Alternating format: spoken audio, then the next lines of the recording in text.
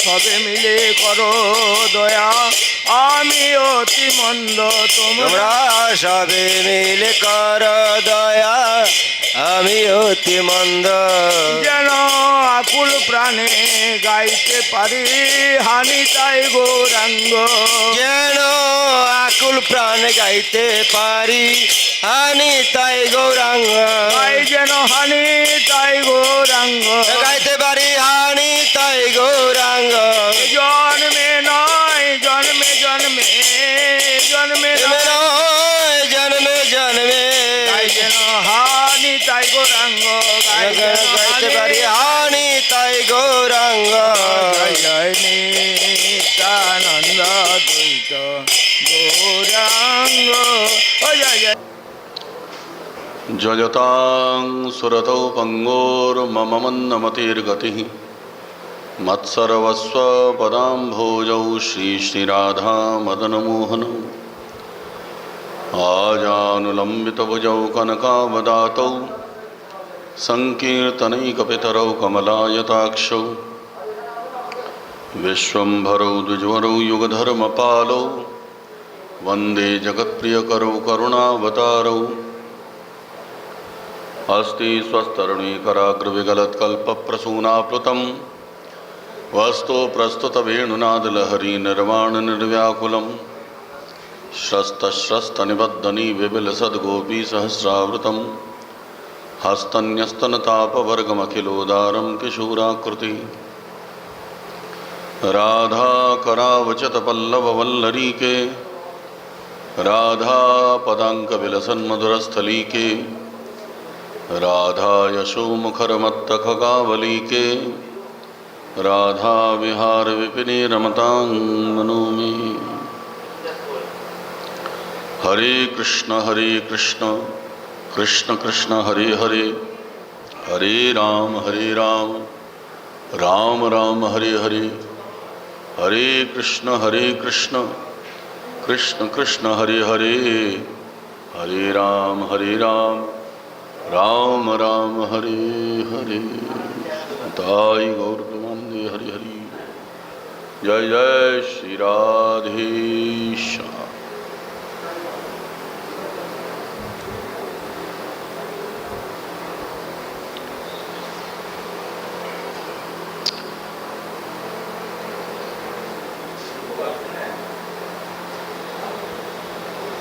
परम मंगलमय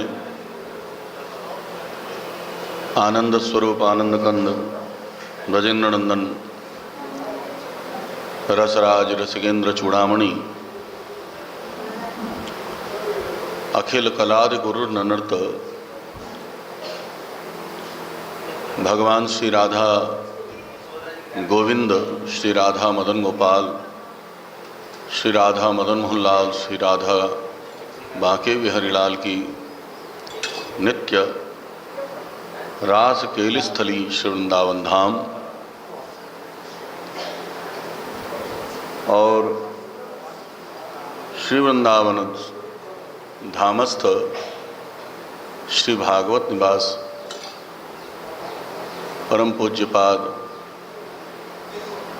वैष्णव चूड़ामणि श्री दास गोस्वामी के सेवित विग्रह जहाँ विराजमान हैं, श्री गिरिराज जो महाप्रभु के द्वारा प्रदत्त हैं, साक्षात श्री गिरिराज भगवान के अभिन्न स्वरूप हैं। जब ब्रजवासियों के मध्य में सप्तकोश व्यापी श्री गिरिराज को भगवान ने धारण किया, ब्रजवासियों ने पूछा को असी आप कौन हैं?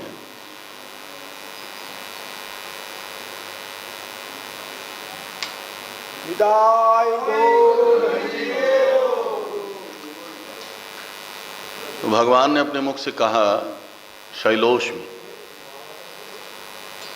मैं श्री गिरिराज, माने श्री गिरिराज ही साक्षात श्री कृष्ण ही हैं। पूर्ण दास गोस्वामी के सेवित विग्रह भगवान श्री गिरिराज जहाँ सेवित हैं, ब्रज की इस अद्भुत अभिन्न लीला रस केली स्थली में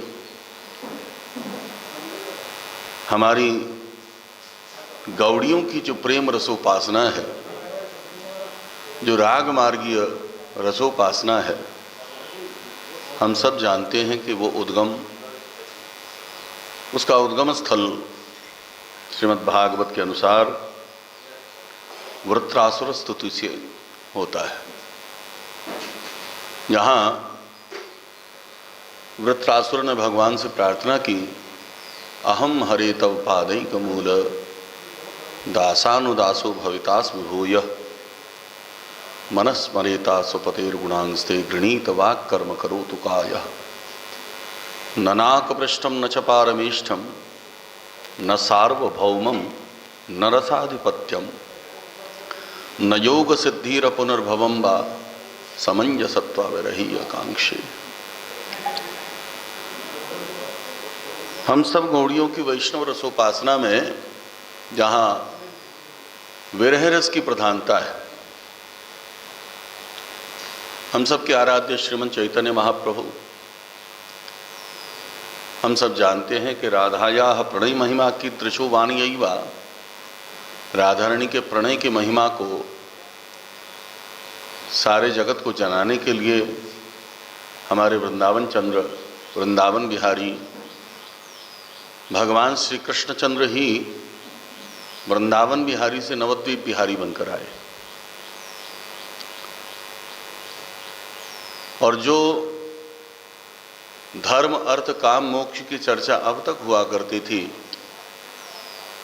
महाप्रभु ने पंचम पुरुषार्थ प्रेम महाधन को जनाया। न केवल जनाया, अपितु जनाने के बाद उसे लुटाया। महाप्रभु की यह अद्भुत कृपा आज तक जगत में कोई नहीं दे पाया। अनर्पिता चरी चिरात करुण अवतीर्ण कलौ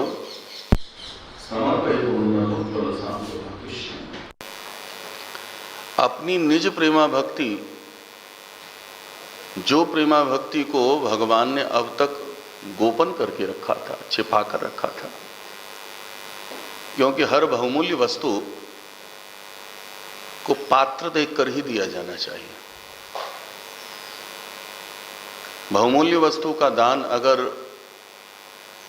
साधारण व्यक्ति को दिया जाए, जो उसकी महिमा को नहीं जानता है, जो उसकी गरिमा को नहीं समझता है, उस वस्तु के दान मात्र से उस दिव्य संपत्ति के दुरुपयोग होने की संभावना है, शंका है। तो आज तक प्रेमा भक्ति के विषय में न तो किसी ने सुना ही नहीं, देना तो दूर की बात है। जहां वृत्रासुर कहते हैं, भगवान से प्रार्थना करते हैं कि समंजसत्वा विरहीय कांक्षे, प्रभु भगवान तो सामने खड़े हैं, कहीं दूर नहीं। अब कितनी अद्भुत बात है कि ठाकुर जी इसके सामने खड़ा हो प्रत्यक्ष रूप से, वहां भगवान से ही हम सीधे कहते हैं कि नहीं साहब, हमें आपकी आवश्यकता नहीं है। ये कैसी लीला है। जिस भक्त भगवान के मिलन के लिए अनंत कोटि जन्म की साधना करने के पश्चात भी भगवान की अंगद छटा का दर्शन भक्त नहीं कर पाता है, आज वो स्वयं परब्रह्म परमेश्वर भगवान उनके सामने खड़े हैं। फिर भी भक्त का कितना बड़ा अधिकार कि अधिकार पूर्वक भगवान से भी ये कह देता है कि नहीं, हमें आपकी आवश्यकता नहीं है। एक बार को ठाकुर भी भौचक के रह गए, अचंभित रह गए। सब मुझे पाने के लिए लालायित हैं और ये मुझे से कह रहा है हमें आपकी आवश्यकता नहीं। तो ठाकुर बोले क्या चाहिए फिर? तब उन्होंने प्रार्थना करी कि हमें दासानुदास बनना है। क्यों कि दासानुदास बनने मात्र से वहां पर पूर्ण शरणागति को जो भाव प्रकट होता है, साक्षात भाव से भगवत शरणागति हमने ग्रहण कर ली, तो कहीं किंचित मात्र लेश मात्र भी अगर अपराध बन गया तो उस अपराध में कहीं क्षमा है, नहीं है, मन में एक प्रश्न चिन्ह है, मन में एक संशय है। लेकिन भक्तमाल के रचनाकार नाभा जी कहते हैं कि भगवान जो नहीं दे सकते हैं, भगवान के भक्त वही देते हैं।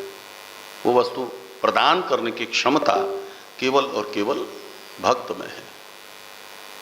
इसीलिए एक बार को भगवत शरणागति न मिले कोई चिंता नहीं, भक्त शरणागति अवश्य ग्रहण करें। और हमारी महाप्रभु की जो अनन्य प्रेममयी रसोपासना है, उस प्रेममयी रसोपासना का मूल सूत्र,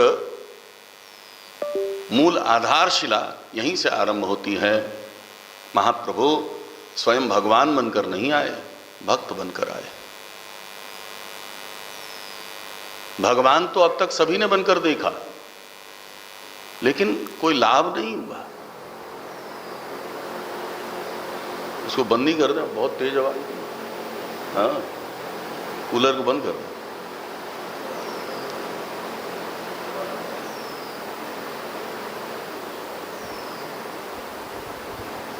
हाँ,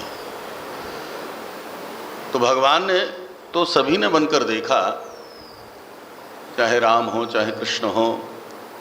एक ने मर्यादा स्थापित की, एक ने लीला का स्थापना किया, लेकिन सब कुछ को गहन विचार विवेक से चिंतन करने के पश्चात एकमात्र निष्कर्ष ये निकला कि हमें जब तक भक्तों का उद्धार नहीं करना, भक्तों को उद्धार के लिए भगवान बनने की आवश्यकता नहीं, स्वयं भक्त बनना पड़ेगा। तभी महाप्रभु स्वयं भक्तावतार बनकर आए, प्रेमावतार बनकर आए। इसीलिए दासानुदास बनने पर विशेष रूप से जोर वृत्रासुर ने दिया। ठाकुर से ये प्रार्थना, से ये कामना कि समंजसत्व रही आकांक्षे, हम एकमात्र आपके विरह में रोदन करते रहें, ऐसी आकांक्षा आपके सामने करते हैं। विरह के रसास्वादन ये आज तक कभी पूर्व में नहीं किया गया। सबने आनंद का उपभोग किया, सबने हंसी खुशी का आनंद लिया, सभी ने सुख का आनंद लिया, लेकिन दुख, कष्ट और विरह में भी कोई सुख है, इस बात का अनुभव केवल मात्र हमारे गौर हरि ने करवाया। ब्रजगोपियों की जो विरह का अनुभव कैसे करे कोई, सारा जगत कैसे करवाए। इसीलिए महाप्रभु स्वयं सबको कृष्ण प्रेम प्रदान करने के लिए लालायित तो होकर सबसे केवल एकमात्र अनुनय विनय महाप्रभु ने किया कि एक बार कृष्ण नाम लो। और वही प्रेम सारे जगत में परिलक्षित भी हुआ। श्री जगन्नाथ जी के जिन विग्रह को हम दर्शन कर रहे हैं, ये मेरी दृष्टि में जैसे महाप्रभु प्रेमावतार हैं, जैसे महाप्रभु भक्तावतार हैं, श्री जगन्नाथ भी कलयुग में भक्तों पर अनुग्रह करने के लिए साक्षात प्रेम के अभिन्न विग्रह स्वरूप है। प्रेम जब विगलित होता है, यथार्थ में जो प्रेम का स्वरूप है, प्रेम है क्या? चिन्मय प्रेम और जागतिक प्रेम का तात्पर्य, जागतिक प्रेम का अंतर क्या है? श्री नारद जी महाराज ने भक्ति सूत्र में चिन्मय प्रेम का विवेचन करते हुए कहा, अनिर्वचनीयम गुणरहितम कामनारहितम सूक्ष्मतरम अनुभव स्वरूपम मूका स्वादनवत। ये प्रेम का स्वरूप है। नारद जी हैं भक्ति के प्रस्थापन आचार्य, भक्ति के आद्याचार्य माने जाते हैं। जिन नारद की इतनी खरी कसौटी कि आज तक भक्त भगवान के बीच में कोई वहां पर भेद नहीं रहा, कोई आवरण नहीं रहा, किसी प्रकार का कोई व्यवधान, नारद जी और भगवान का ऐसा दिव्य संबंध था। उन नारद जी ने भक्ति का स्वरूप बतलाया, प्रेम का स्वरूप बतलाया, अनिर्वचनीयम। ये प्रेम शब्दों से व्याख्यायित नहीं हो सकता है। शब्द के द्वारा हम इसको समझ नहीं सकते। तो ये कैसी बात हुई कि शब्द से ही अगर इसकी व्याख्या नहीं हो सकती है, तो शब्द ही एकमात्र माध्यम है भगवान को समझने का, भगवान की लीलाओं को अंतःकरण में समावेशित करने का। तो बिना शब्द के हम उसकी व्याख्या करें कैसे? और अगर व्याख्या कर रहे हैं तब भी न समझ में आवे तो ये प्रेम कैसा?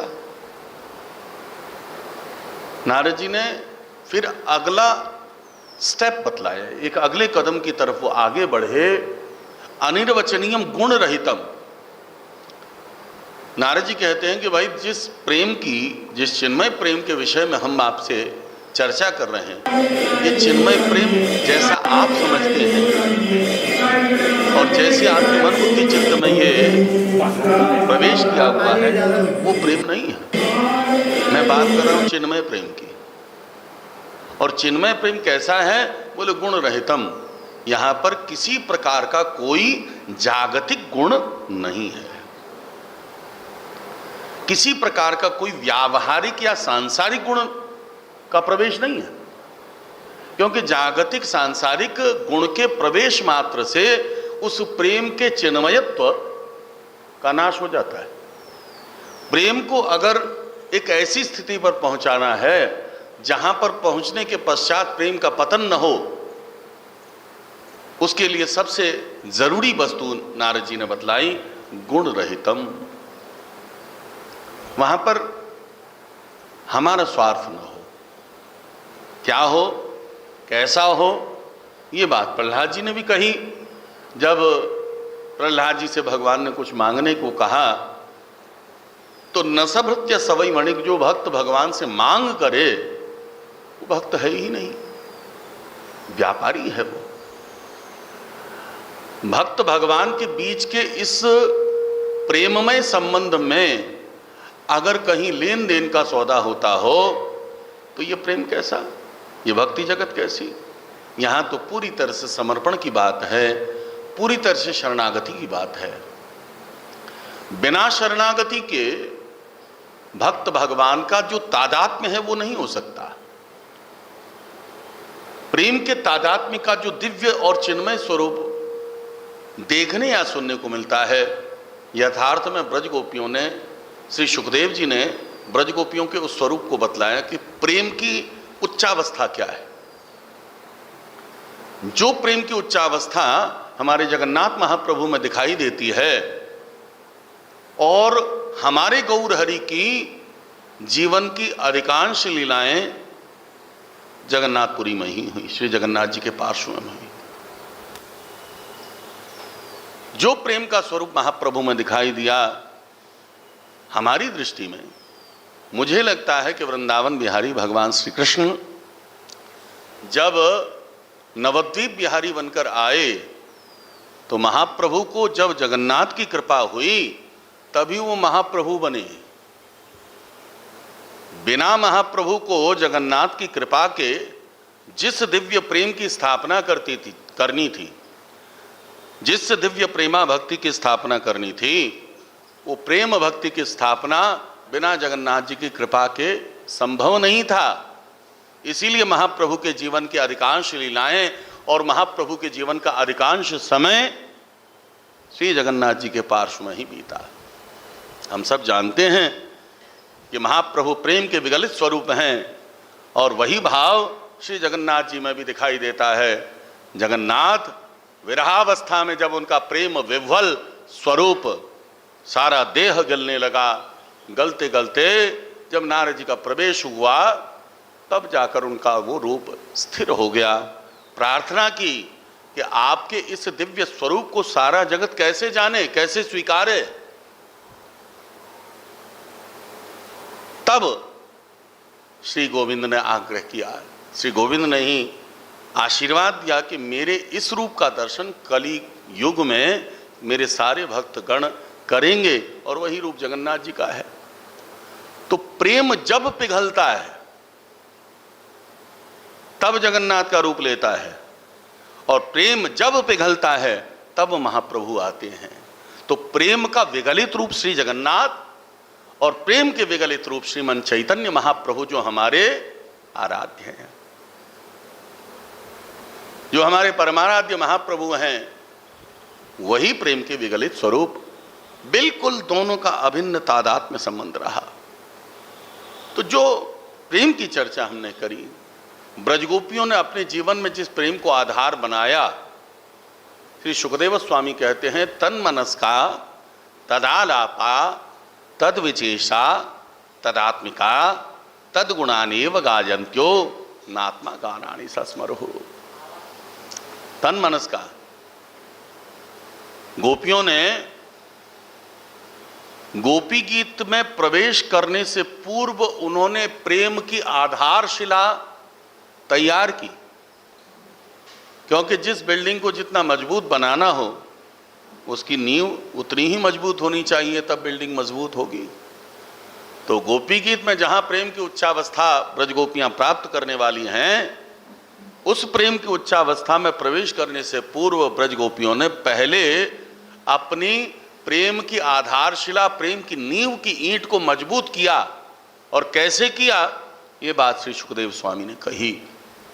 तन मनस्का तदालापा तद विचेष्टा तदात्मिका तद गुणानेव गायन्त्यो नात्मा गाराणि सस्मरुः।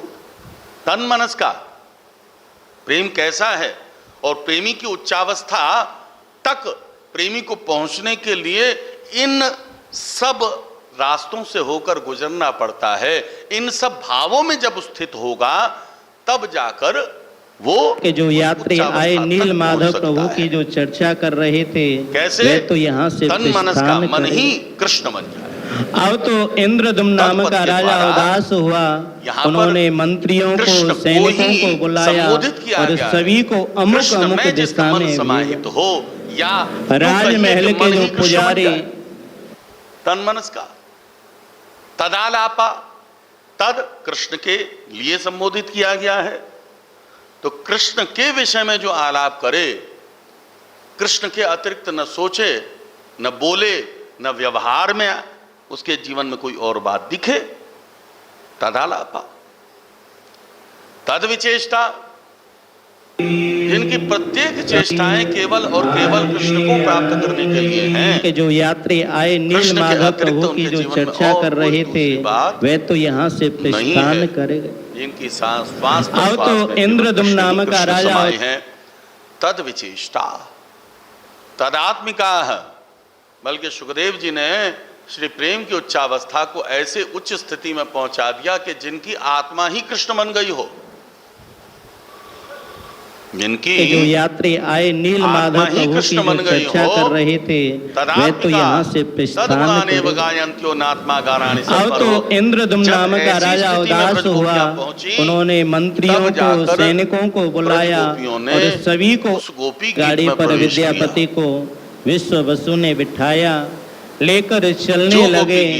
मार्ग में विद्यापति थोड़े थोड़े शर्तों के दाने गिराने। तो हम सब साबुन से इस स्थिति में न पहुंचे, जो मन का मेल मिटाएगा, नहीं समझ निर्मल मन के दर तो भगवत प्रेमीजन हमारे ऊपर महाप्रभु की बड़ी कृपा है। यहीं विश्राम की तरफ श्री जगन्नाथ देव का ये दिव्य रूप खंडवासी बाबा का आराध्य हैं, और हम सब श्री जगन्नाथ देव के जिस दिव्य विग्रह का दर्शन यहाँ पर कर रहे हैं, यहाँ पर जिस जगन्नाथपुरी में जाकर हम सब जिन जगन्नाथ जी के उन दिव्य लीलाओं का रसास्वादन वहाँ जाकर कर सकते हैं, यहाँ भी श्री गौर हरि की कृपा से, श्री दास गोस्वामी की कृपा से हम सब पर जगन्नाथ देव ने अनुग्रह किया है कि जगन्नाथ देव हम पर अनुग्रह करके यहीं पधारे हैं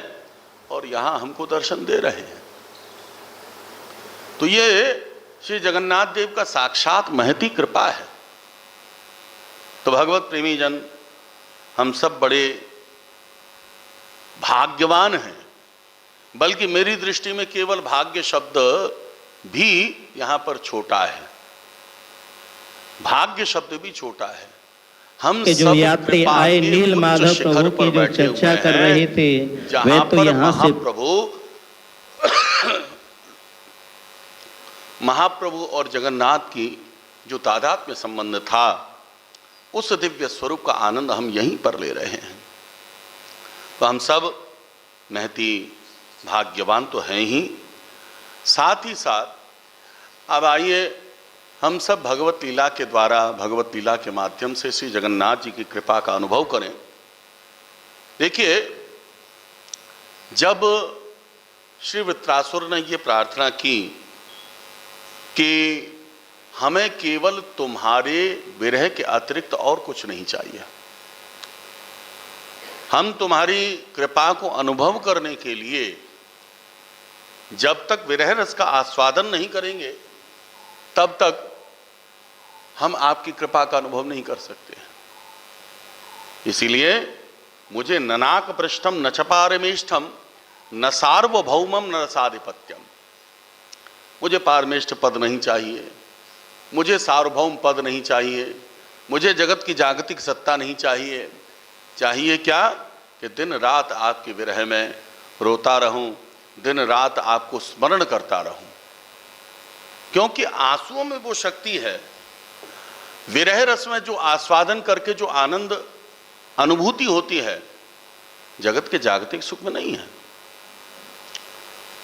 एक अश्रु भगवान के लिए निकल जाए, गोविंद के लिए निकल जाए, उस अश्रु में जो सुख है, जगत की सारी संपत्ति एक तरफ रख दी जाए और एक तरफ भगवत विरह में गिरता हुआ एक अश्रु की वो महिमा, उसके साथ उसकी तुलना नहीं की जा सकती है। तो अद्भुत कृपा है, कृपा का समुद्र श्री जगन्नाथ देव, और जगन्नाथ देव की उस कृपा को ब्रजगोपियां भागवत में उन्होंने आधार के रूप में बनाया। कैसे?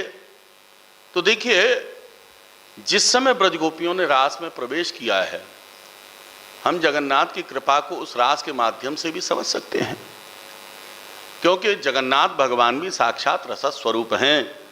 रस के प्रेममय मूर्तमान स्वरूप श्री जगन्नाथ भगवान हैं, और उस रस को समझने के लिए हम सबको ब्रजगोपियों के उस रास के माध्यम से समझना पड़ेगा। अभी हमने चिंतन किया, विवेचन किया कि ब्रजगोपियों की आत्मा ही जब श्री कृष्ण बन गई, तब ब्रजगोपियां रास में प्रवेश करती हैं। श्री सुखदेव स्वामी ने जब रास में प्रवेश कराया, भगवान पिता रात्रि शरदोत्फुल्ल मल्लिका वीक्षरंतुम मनश्चक्र योग मायाम उपाश्रितः। भगवान शब्द के द्वारा रास का आरंभ किया गया, लेकिन वीक्षरंतुम मनश्चक्र योग मायाम उपाश्रितः, भगवान ने वंशी निनाद करके अपने माया माने अपनी कृपा शक्ति का आश्रय लिया। मायाम कृपाम, अपनी कृपा शक्ति का आश्रय लिया, और कृपा शक्ति का आश्रय लेकर जब वंशी के द्वारा कामबीज का उच्चारण किया है, क्यों कि भगवान उस कामबीज का ब्रजगोपियों के हृदय में वपन करके जब प्रेम की फसल पकेगी, उस प्रेम की फसल को पकने के पश्चात जो किसान खेत में बीज डालता है, वही किसान उस फसल को लेने का अधिकारी भी होता है। ठाकुर जानते थे कि बीज एक ऐसे जमीन पर डाली जानी चाहिए, एक ऐसे खेत पर डाली जानी चाहिए जहां पर डालने से फसल अच्छी हो। अगर ऊसर भूमि में बीज डाल दिया जाए, क्या लाभ उसका? बीज ऐसे स्थान पर डाला जाना चाहिए जहां पर डालने से फसल अच्छी हो। और गोविंद जानते थे कि ब्रजगोपियों की हृदय रूपी ये जो खेत है, ब्रजगोपियों का हृदय रूपी जो भूमि है, इस भूमि पर मैं अगर काम बीज का वपन करूंगा तो आगे चल के जो प्रेम की फसल पकने वाली है, उस प्रेम की फसल को ग्रहण करने का अधिकारी भी मैं ही बनूंगा। इसलिए भगवान ने वहां पर काम बीज का वपन किया, और काम बीज का वपन करने के पश्चात उसका प्रमाण श्री सुखदेव स्वामी ने दिया, जगौ कलम बामद्रशाम मनोहरम। सुखदेव स्वामी कहते हैं कि भगवान ने ब्रजगोपियों के हृदय में काम बीज का वपन किया, उसका प्रमाण यहां दिया गया। वामद्रशा ब्रजगोपियों को ही इस बात का अनुभव हुआ।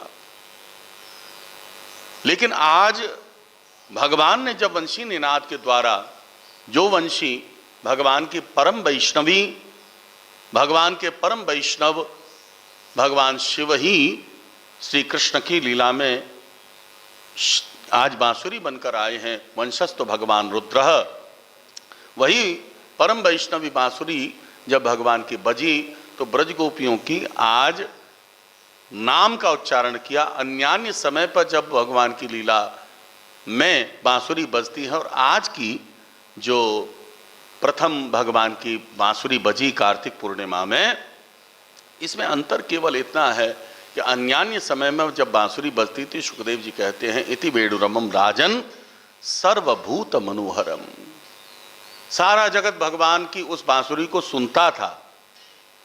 लेकिन आज केवल और केवल ब्रजगोपियों के हृदय में ही इस प्रेम बीज का, काम बीज का स्थापन करना था। इसीलिए केवल गोविंद ने ब्रजगोपियों के नाम का उच्चारण कराया। ये अनुभव केवल और केवल ब्रजगोपियों को हुआ।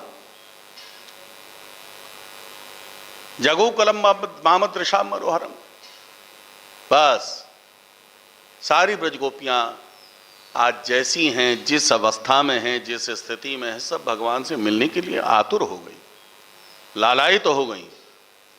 केवल उन्हीं ब्रजगोपियों को विक्षेप हुआ जिन ब्रजगोपियों के मन में आया कि हम थोड़ा सा अपने को और ज़्यादा सजा संवार लें, तो शायद ठाकुर हमको पहले रखें।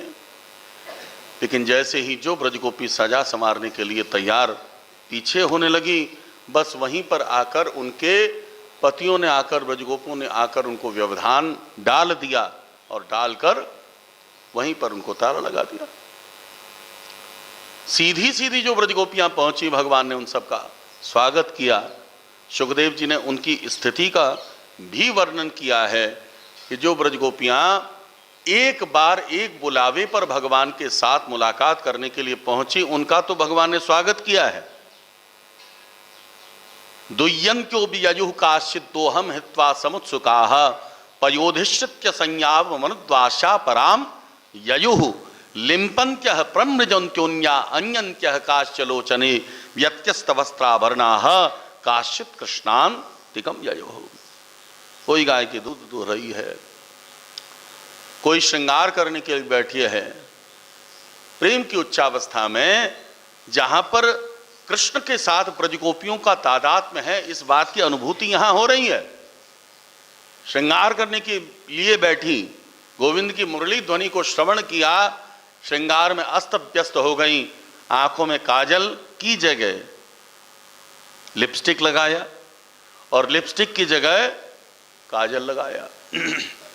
लिम्पन्त्यः प्रमृजन्त्योन्या अन्यन्त्यः काश्चलोचने। अस्तव्यस्त अवस्था में ब्रजगोपियां भगवान से मुलाकात करने के लिए पहुंची। जो जैसी, इसको सहजावस्था कहा गया, इसको सहजावस्था कहा गया। हमारे जगन्नाथ भगवान इतने सरल हैं, इतने सहज हैं कि बाकी कहीं किसी भी अवतार को आप उठाकर देख लीजिए, हर जगह एक ऐश्वर्य का आवरण है।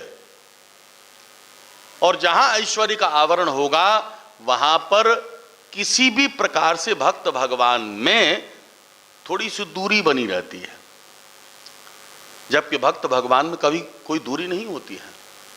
भगवान स्वयं कहते हैं कि अहम भक्त पराधीनो यस्वतंत्र द्विजाः साधुभिर्ग्रस्त हृदयो भक्तैर्भक्त जनप्रियः ये दारागार पुत्राप्तान प्राणान वित्तम इमं परम हित्वा मांग शरणम याताः कथं तांग त्यक्तुमुत्सहे।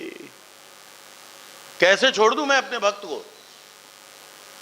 भक्त और भगवान का तादात्म्य है। मैं अपने भक्तों के बिना नहीं रह सकता, क्योंकि भक्तों से ही मेरी सत्ता है। भक्त न हो तो भगवान को जन जन तक पहुंचाए कौन, जन जन के हृदय में प्रतिष्ठित करे कौन। साधवो हृदय मय्यम साधूनाम हृदयम तो हम मदन्यत्ते न जानन्ति ना हम तेभ्यो मनागपि।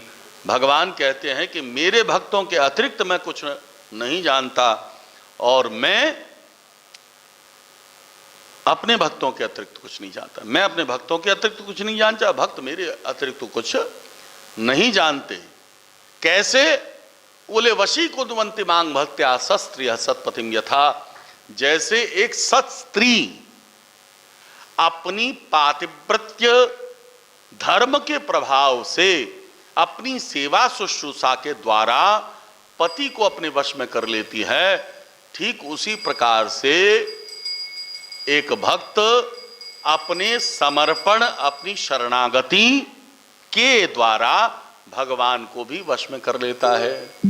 और ये भगवान को वश करने का ही तो प्रमाण है कि ठाकुर के अनंत अवतारों में भगवान हम सब के बीच में अर्चा विग्रह बनकर आए।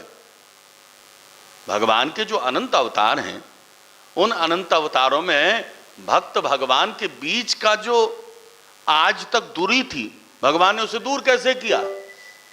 अर्चा विग्रह के रूप में आकर। ठाकुर जब अर्चा विग्रह बनकर हमारे घर में पधारते हैं, हमारे यहां आते हैं, तो कितनी बड़ी करुणा भक्तों के ऊपर उन्होंने की। जो साक्षात षडैश्वर्य पूर्ण भगवान हैं, वो कितने सरल सहज बन जाते हैं कि भक्त कहे उठो, उत्तिष्ठ उत्तिष्ठ गोविंद उत्तिष्ठ गरुड़ध्वज। प्रभु चलो, 4:30 बजे घंटी बजा दी, उठो, उठने का समय हो गया है।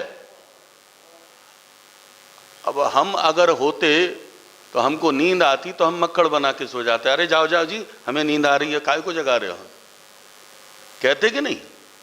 अगर हमको नींद आवे तो हम तो दूसरे से जाकर शिकायत कर सकते हैं, लेकिन बेचारे भगवान की मजबूरी देखो, उस ठाकुर की मजबूरी देखो कि जहां भक्त ने घंटी बजा दी, चाहे अनचाहे मन मारकर भी ठाकुर को उठकर बैठना पड़ता है। क्यों? कि भक्त अब मंगला आरती करने के लिए आए हैं, वो बाहर खड़े हुए हैं, अब उनको दर्शन देना है। कहीं मैं सोता हुआ दिखाई दे गया तो लोग क्या कहेंगे? उनकी मजबूरी देखो बेचारों की। जो सारे जगत का अध्यक्ष है, मयाध्यक्षेण प्रकृतेः सूयते सचराचरम, जो सारे जगत का अध्यक्ष है, भगवान कहते हैं ममैवांशे जीव लोके जीव भूत सनातनः, मेरे अंश से ये सारा जगत चलता है। आज वो ठाकुर कितना सरल सहज है। देखिए प्रेम का विगलित रूप श्री जगन्नाथ देव। जहां जगन्नाथ सार्वभौम है, अनंत कोटि ब्रह्मांड नायक हैं, सर्वशक्तिमान हैं, सर्वज्ञ हैं, जगदीश्वर हैं, सर्वव्यापक हैं, लेकिन कितने सरल सहज रूप से हमारे बीच में दर्शन दे रहे हैं। भक्त ने कहा उठो, उठ गए।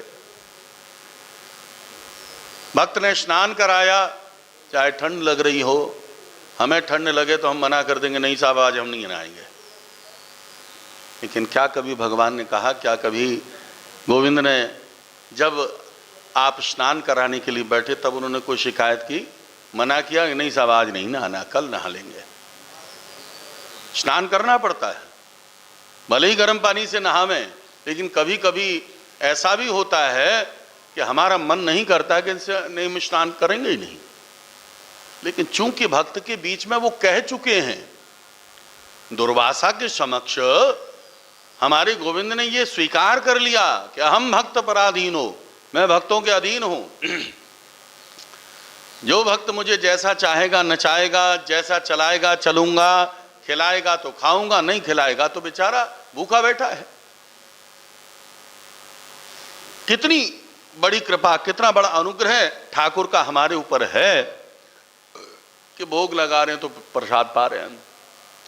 क्या कभी भोग नहीं लगाया तो वो तो कभी आकर शिकायत नहीं करने आता। हाँ, ये और अलग बात है कि कभी किसी भक्त से बहुत ही कोई अंतरंगता हो, उसके पास में जाकर उन्होंने कह दिया हो कि भाई मैं भूखा बैठा हूं, मुझे भोग लगा दो। वो एक अलग बात। लेकिन सामान्यतया वो तो कभी किसी से शिकायत नहीं करने जाते कि भाई तुमने हमको भोग नहीं लगाया तो गलत बात हुई, अपराध हो गया, कुछ नहीं कहते। ये उनकी सरलता है, सहजता है। और ठाकुर यही कहते हैं कि स्वयं को सरल बना कर रखो, जैसे मैं हूं वैसे बनकर रहो। सरलता, सहजता ये भक्त का सबसे महत्वपूर्ण लक्षण है। जीवन में जब सरलता होगी तभी हमारे जीवन में प्रेमा भक्ति का अभ्युदय होता है। भगवान कहते हैं कि आडंबर नहीं, पाखंड नहीं, भजन का मूल लक्ष्य ये है कि जीवन में सरलता होनी चाहिए। भजन से सरलता आवे, भजन में दिखावा न हो, तब जाकर ये भाव प्रकट होगा ना कि हम सब पूर्ण रूपेण शरणागत हो जाएंगे।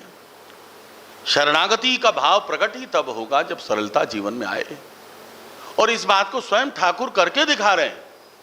अहम भक्त पराधीनो यस स्वतंत्र द्विज साधु विग्रस्त हृदयो भक्तैर भक्त जनप्रिय। भक्त और भगवान के इस अभिन्न नित्य मिलन के संबंध को यहां पर स्पष्ट रूप से उजागर कर दिया गया। जैसे भक्त मुझे भगवान मानकर नहीं बल्कि प्रेम से जीतता है, समर्पण से जीतता है, शरणागति से जीतता है। इसीलिए हम सबको वो दास्य भक्ति, वो प्रेमा भक्ति केवल समर्पण से ही प्राप्त हो सकती है। सरलता होनी चाहिए। जिस ब्रजगोपी के जीवन में जहां उसने अपने आप को कुछ सजाने का, कुछ अलग करने का प्रयास किया, सबसे अलग दिखाने का प्रयास किया, बस वही बंधक बनकर रह गई। और जो एक बुलावे पर एक बार भगवान के पास पहुंच गई, ठाकुर ने उनका स्वागत किया। स्वागतम भो महाभागा। यहाँ पर जो ब्रजगोपियां भगवान से मुलाकात करने के लिए आई हैं, उनको गोविंद ने महाभागा कहा।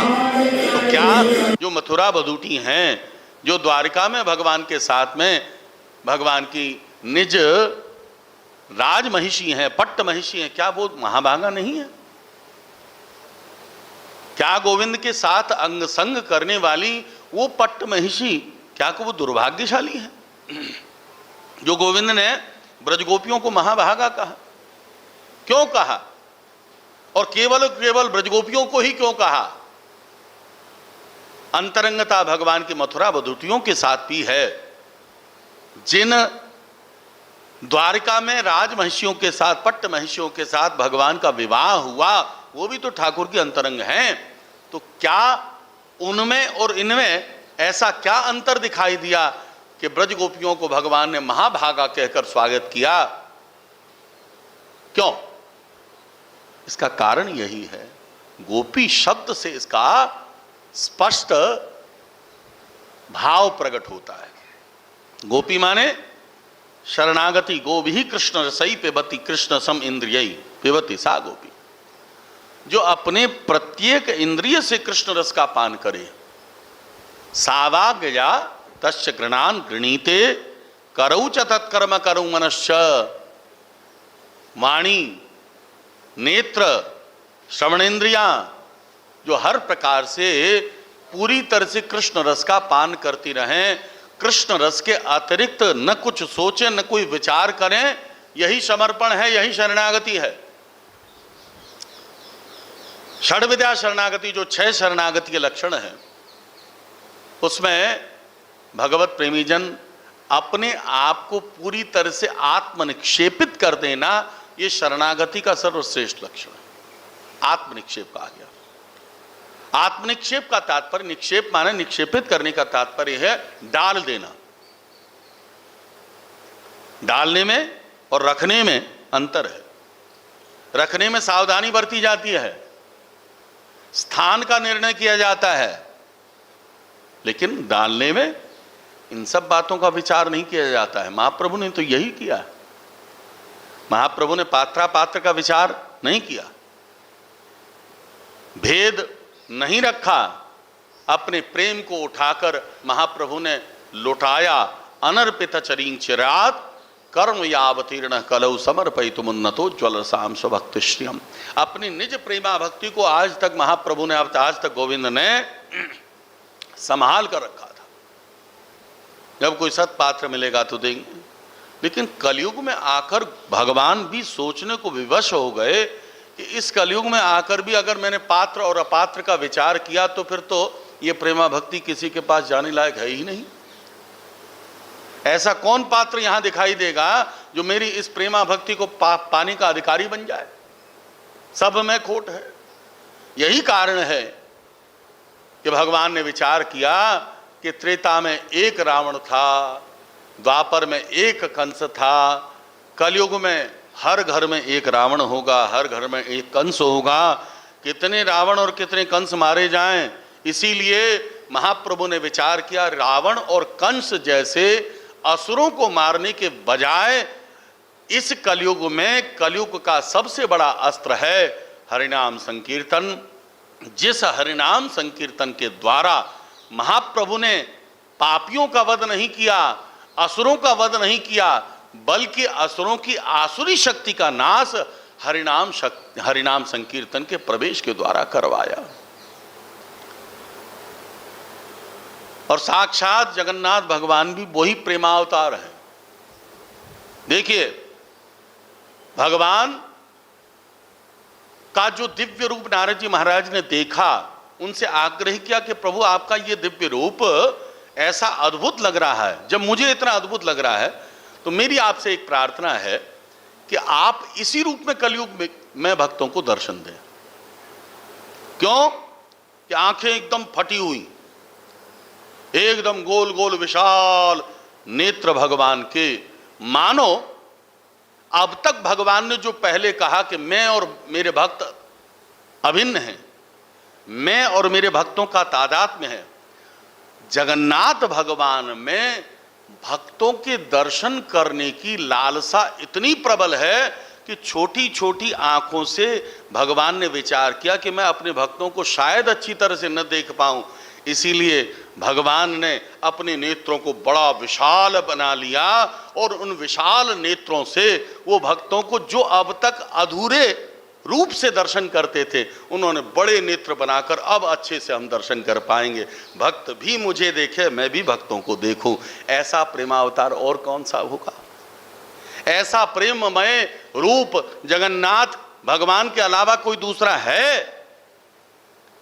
यहां प्रेम कि उस उच्चावस्था में स्वयं भगवान पिघल गए।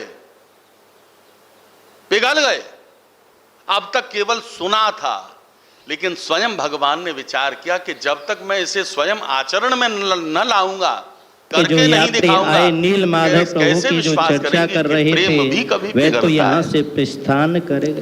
प्रेम के स्वरूप में आने पर तो इंद्रदुम्न नाम का राजा उदास हुआ।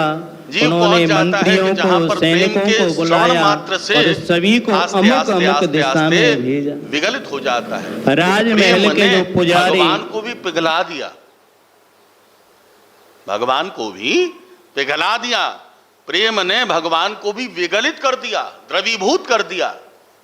ऐसा जगत में और कोई दूसरा उदाहरण आपको नहीं दिखाई देगा श्री जगन्नाथ भगवान के अलावा, जहां प्रेम का द्रवीभूत रूप, प्रेम का विगलित रूप, पिघला हुआ रूप श्री जगन्नाथ भगवान हैं। तो जिन्होंने ये करके दिखाया, कहा नहीं, वस्तुतः जो यात्री आए नील माधव प्रभु की जो चर्चा कर रहे थे वे तो यहाँ से प्रस्थान करें, वैसा ही करता है। अब तो इंद्रदुम्न नाम का राजा। तो प्रेममय अवस्था में स्वयं भगवान पहले विगलित हुए, पिघले और तब दिखाया उन्होंने। तो दो चीजें यहां पर जगन्नाथ भगवान की श्री विग्रह में हमको दिखाई देती हैं विशिष्ट रूप से। जो यात्री आए नील माधव प्रभु की जो चर्चा कर रहे थे वे तो यहाँ से प्रस्थान करें। श्री जगन्नाथ भगवान अब तो इंद्रदुम्न नाम का राजा उदास हुआ। उन्होंने मंत्रियों को, सैनिकों को बुलाया और सभी को गाड़ी पर विद्यापति को विश्व वसु ने बिठाया। लेकर चलने लगे। मार्ग में विद्यापति थोड़े थोड़े शर्तों के दाने गिराने लगे। सावन से जो और उस मन बूढ़े का ब्राह्मण ने एक शर्त रखी मेल कि मैं मिटाएगा, जब जगन्नाथ भगवान की विग्रह निर्मल बनाऊंगा मन तब के मुझे कोई न दर्पण देखे, न में कोई रोके, न कोई श्री टोके। राम। यहीं विश्राम की तरफ ये शर्त रखी। कल ठीक है, उन्होंने एक ऐसी कोठरी में ले जाकर बंद कर दिया और जगन्नाथ भगवान की विग्रह जब बनाने लगे, शर्त रखी तो महीनों बीत गए। कुछ दिनों तक तो ठुकाई पिटाई कटाई की आवाज आती रही, लेकिन जब आवाज बंद हो गई तो इंद्रद्युम्न महाराज ने सोचा, न जाने वो बूढ़ा ब्राह्मण है, उम्र भी उसकी ज्यादा हो गई थी, कहीं कोई बात तो नहीं बन गई, कहीं प्राप्ति तो नहीं हो गई। ऐसा विचार करके जो जैसे ही खोला तब उसे पता चला कि वो बूढ़ा ब्राह्मण कोई और नहीं, साक्षात विश्वकर्मा थे। साक्षात विश्वकर्मा ने ही जगन्नाथ भगवान की श्री विग्रह को बनाया और उन्होंने जो शर्त रखी थी कि मेरे बनाने के बीच में अगर तुमने कोई व्यवधान किया तो मैं जिस रूप में हूं उसी रूप में रह जाऊंगा। तो अभी तक जगन्नाथ भगवान की विग्रह पूरी तैयार नहीं हुई थी, हाथ आधे रह गए, मुखमंडल भी पूरा न बन पाया, कि जो यात्री आए नील माधव प्रभु की जो चर्चा कर रहे थे वे तो यहाँ से ही रह गए। और उसी रूप में जगन्नाथ भगवान ने आज हम सब पर करुणा करके दर्शन दे रहे हैं। श्री जगन्नाथ भगवान की। तो प्रेम भी कभी पिघलता है, प्रेम भी कभी द्रवीभूत होता है। प्रेम और प्रेमावतार भगवान अपने भक्तों को दर्शन करने के लिए कितने लालायित हो सकते हैं, उसका साक्षात ज्वलंत प्रमाण भगवान श्री जगन्नाथ है, जिन्होंने प्रेम को पिघलाकर दिखाया कि प्रेम के द्वारा क्या हो सकता है। प्रेम कितना शक्तिशाली तत्व है, कितना शक्तिशाली तत्व है। जिस प्रेम की उस उच्चावस्था में जहां ब्रह्म भी पिघल जाए, जिसको दारुक ब्रह्म कहा गया। भगवान की जो 8 प्रकार की विग्रह कही गई, शैली, लौही, लेप्या, लेक्षा च स्वैकति, मनोमयी, मणिमयी, प्रतिमाष्ट विद्यास प्रताप। ब्रह्म बहुत प्रकार के हैं, लेकिन भगवान ब्रह्म, दारुक ब्रह्म के रूप में आज हम सबको दर्शन दे रहे हैं। दारुक ब्रह्म, काष्ठ विग्रह के रूप में, ये काष्ठ नहीं बल्कि दारुक ब्रह्म है। तो भगवत प्रेमीजन, जिन भगवान की करुणा का स्पंदन जगन्नाथ जी की श्री विग्रह के अंदर में हर क्षण विराजमान है, प्रति क्षण श्री जगन्नाथ भगवान के श्री अंग के भीतर में भगवान की वो कृपा, भगवान का वो प्रेम हर समय धड़कता रहता है। कैसे भाई, कथा में आप सब जानते हैं कि जगन्नाथ भगवान के भीतर में जो शक्ति है वो क्या है, वो शक्ति कहां से आई। हर 12 वर्ष में जब जगन्नाथ भगवान का 9 कलेवर होता है तो कैसे होता है। आप नव कलेवर नाम के ग्रंथ में ये सारी चीजों का उल्लेख किया हुआ है कि दूर एक वन से जब लकड़ी बहती हुई आएगी, उस लकड़ी में कुछ सर्प के चिन्ह रहते हैं, उस चिन्ह से ही जगन्नाथ, बलराम और सुभद्रा की श्री विग्रह को बनाया जाएगा। वहाँ पर भी जो पुजारी है वो उस वन के बीच में एक माँ का मंदिर है, माँ भगवती का मंदिर है, वहाँ साधना करने का, वो साधना करने वाला भक्त ही तब जाकर ये जगन्नाथ जी की श्री विग्रह के अंदर में शक्ति की स्थापना करता है। तो आज भी उस परंपरा का निर्वहन होता आ रहा है। जगन्नाथ भगवान की कितनी दिव्य शक्ति है, जगन्नाथ मंदिर में इस बात की अनुभूति होती है। आज भी समुद्र की आवाज जगन्नाथ मंदिर के भीतर नहीं सुनाई देती है। जैसे ही मंदिर की जौड़ी के भीतर आप जाएंगे, जौड़ी के बाहर समुद्र की आवाज आपको सुनाई देगी, जौड़ी के भीतर जाती समुद्र की आवाज बंद हो जाती है। जगन्नाथ भगवान के शिखर की ध्वजा और शिखर का प्रतिबिंब कभी भी नहीं दिखाई देता है। ऐसा जगत में आज तक कोई मंदिर न हुआ जहां शिखर की ध्वजा का प्रतिबिंब या शिखर का प्रतिबिंब परछाई न पड़ती हो। लेकिन जगन्नाथ भगवान की शक्ति देखिए कि उस दिव्य मंदिर की शिखा का परछाई नहीं पड़ती है। और प्रतिदिन भगवान जगन्नाथ देव की ध्वजा को बदला जाता है। अगर एक दिन भी वो ध्वजा का परिवर्तन न हो तो ऐसा नियम है कि 8 वर्ष तक फिर मंदिर बंद रहते हैं। एक दिन अगर शिखर की उस ध्वजा को न बदला जाए तो बहुत बहुत अद्भुत लीलाएं हैं।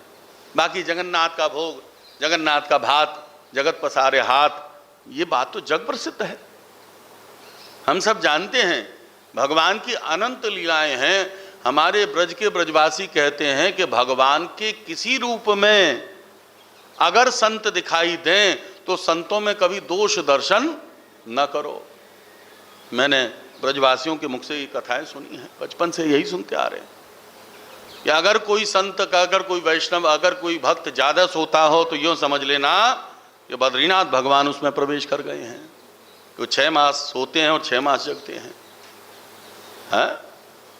अगर किसी संत वैष्णव में धन के प्रति ज्यादा आकर्षण हो, ज्यादा लोभ हो, हर समय रुपया रुपया टका टका करता रहता है, तो उसमें दोष न देखना बल्कि ये समझना कि उनमें तिरुपति भगवान प्रवेश कर गए हैं।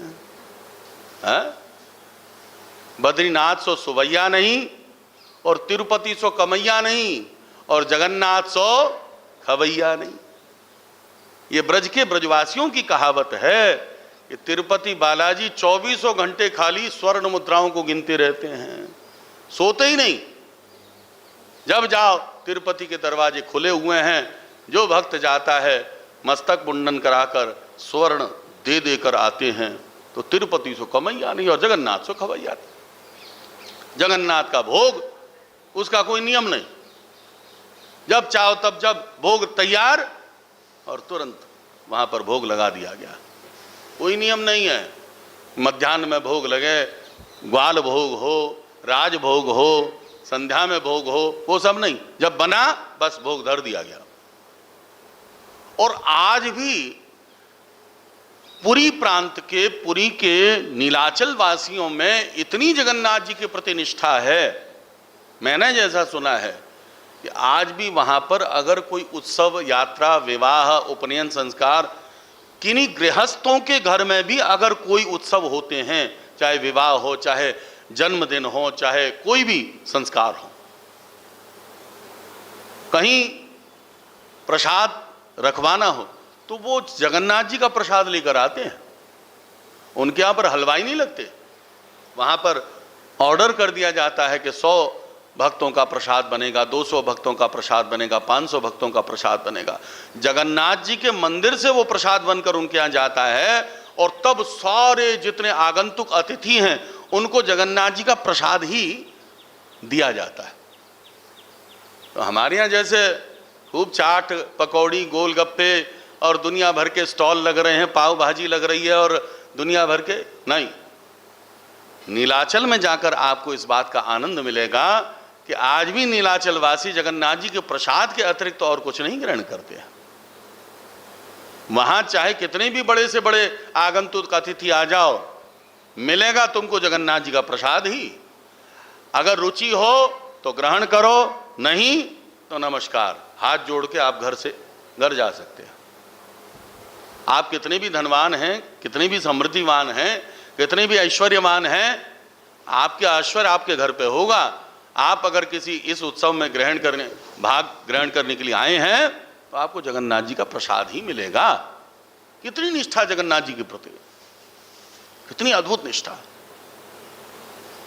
भगवत प्रेमीजन, महाप्रभु की कितनी बड़ी कृपा कि महाप्रभु जगन्नाथ जी का दर्शन करके साक्षात उनको जो दिव्य आवेश आया और जिस दिव्य आवेश में महाप्रभु स्थित हुए, आज भी महाप्रभु जी के चरण चिन्ह वहां मौजूद हैं। जहां महाप्रभु का वो आवेश, जिस आवेश से महाप्रभु गरुड़ द्वार से ही जब महाप्रभु के दर्शन किया करते थे, जगन्नाथ भगवान के दर्शन किया करते थे, तो पत्थर पिघल गया, वो प्रस्तरकर्णी पिघल गया। और आज भी वो जगन्नाथ जी के मंदिर में महाप्रभु जी का वो चरण चिन्ह मौजूद है। कितनी बड़ी कृपा! बल्कि हम सब गौर भक्तों के लिए नीलाचल तीर्थ से बड़ा कोई तीर्थ नहीं है।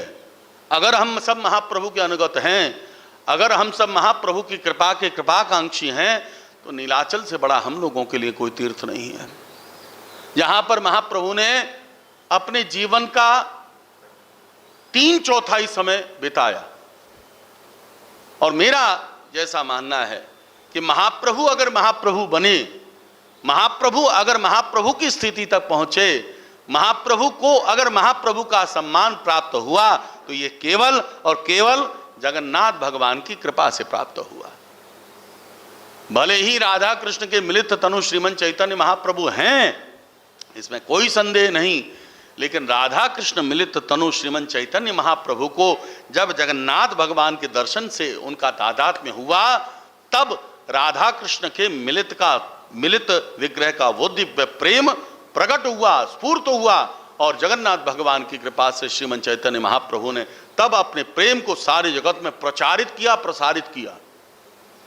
इसलिए महाप्रभु अगर महाप्रभु बने तो जगन्नाथ भगवान की कृपा से बने। जहां उनका प्रेम विगलित होकर प्रस्तरखंड पर आज भी मौजूद है। और कैसी अद्भुत कृपा! जहां जगन्नाथ भगवान की रसोई विश्व की सबसे बृहत्तम रसोई है, सबसे बड़ी रसोई जगन्नाथ भगवान की रसोई है। कैसी अद्भुत रसोई वहां पर, कैसी अद्भुत पाकशाला है, जिस पाकशाला में आज भी मिट्टी के भांड का ही प्रयोग किया जाता है, कोई अन्य धातु के पात्रों का प्रयोग वहां पर नहीं किया जाता है। ये सब हम सब लोगों ने देखा है। और कैसी अद्भुत बात, कैसी अद्भुत निष्ठा हमने स्वयं दर्शन किया। अरे साहब, क्या पाकशाला! जो नारियल बना रहा है तो नारियल ही बना रहे हैं, हजारों हजारों नारियल, और क्या स्पीड रहती है। ये बनते बनते इतना बड़ा स्तूप, इतना बड़े पर्वत का आकार नारियल का चूरा बनकर तैयार है, और अखंड रूप से वो काम चल ही रहा है। जो सब्जी बना रहे हैं वो सब्जी बना रहे हैं, जो जल लाने वाला है कितनी निष्ठा के साथ में जल लाता है। वास्तव में उन वैष्णव, उन भक्तों को दर्शन करके ऐसा अद्भुत भाव प्रकट होता है। जय जगन्नाथ भगवान की, बोलो जगन्नाथ बलराम सुभद्रा मैया की। तो उन सेवकों की सेवा का भाव वो बताता है कि उनके जगन्नाथ के प्रति कितनी निष्ठा है। जो जल लाने वाला है वो जल ही लाता है, और जगन्नाथ की रसोई में जो भांड नीचे रखा जाता है, जो भांड सबसे ऊपर रखा जाएगा, सबसे पहले वो ऊपर पकेगा। जितने मसालों का प्रयोग किया जाता है, जितनी सब्जियों का प्रयोग किया जाता है, बाहर से कोई मसाले नहीं आते, वहीं कुटते हैं, वहीं उनकी पिसाई होती है, और पिसाई होने के बाद मसाले जो हाथ से डल गए, वहां पर फिर कोई कलछी का प्रयोग नहीं किया जाता। डाल दिए मसाले, और क्या स्वादिष्ट प्रसाद है। वास्तव में यहाँ पर अनुभव होता है कि जगन्नाथ भगवान ने दृष्टि भोग से उस प्रसाद को, उस भोग को प्रसादी बनाया है। सच तो सत में जगत के वो नाथ हैं, इसमें कोई संदेह नहीं है। जगत के नाथ की अद्भुत कृपा हम सब पर बरस रही है। तो वहां पर कई ऐसी चमत्कारिक वस्तुएं हैं जो जगत में कहीं किसी और मंदिर में आपको नहीं दिखाई देंगी। किसी मंदिर में ये अद्भुत बात आपको नहीं दिखाई देगी। तो आज भी जगन्नाथ भगवान में जो दिव्य शक्ति मौजूद है, हमने जैसा सुना वैष्णवों से, अपने सभी पूर्वाचार्यों से, कि भगवान श्री कृष्ण के लीला संवरण के पश्चात उनके देह में केवल हृदय का स्पंदन ही बाकी रह गया था। सारा देह निर्जीव हो गया, लेकिन उनके देह में जो हृदय था जो दिल था वो फिर भी धड़क रहा था। तो कहते हैं कि जगन्नाथ भगवान के श्री अंग में जो दिव्य शक्ति है वही भगवान का हृदय मंडल फिर निकालकर जगन्नाथ भगवान के श्री अंग में प्रक्षेपित किया गया, प्रवेशित कराया गया, जिससे जगन्नाथ भगवान में आज भी वो दिव्य शक्ति प्रकट होती है। आज भी जो शक्ति का स्थापन होता है, हर 12 वर्ष में नव कलेवर होता है, उस नव कलेवर में जो उस शक्ति का स्थानांतरण करते हैं उनकी आंखों में पट्टियां बांध दी जाती हैं। पट्टी बांधकर एक जगन्नाथ जी के विग्रह से दूसरे जगन्नाथ के श्री विग्रह में उसे स्थापित किया जाता है।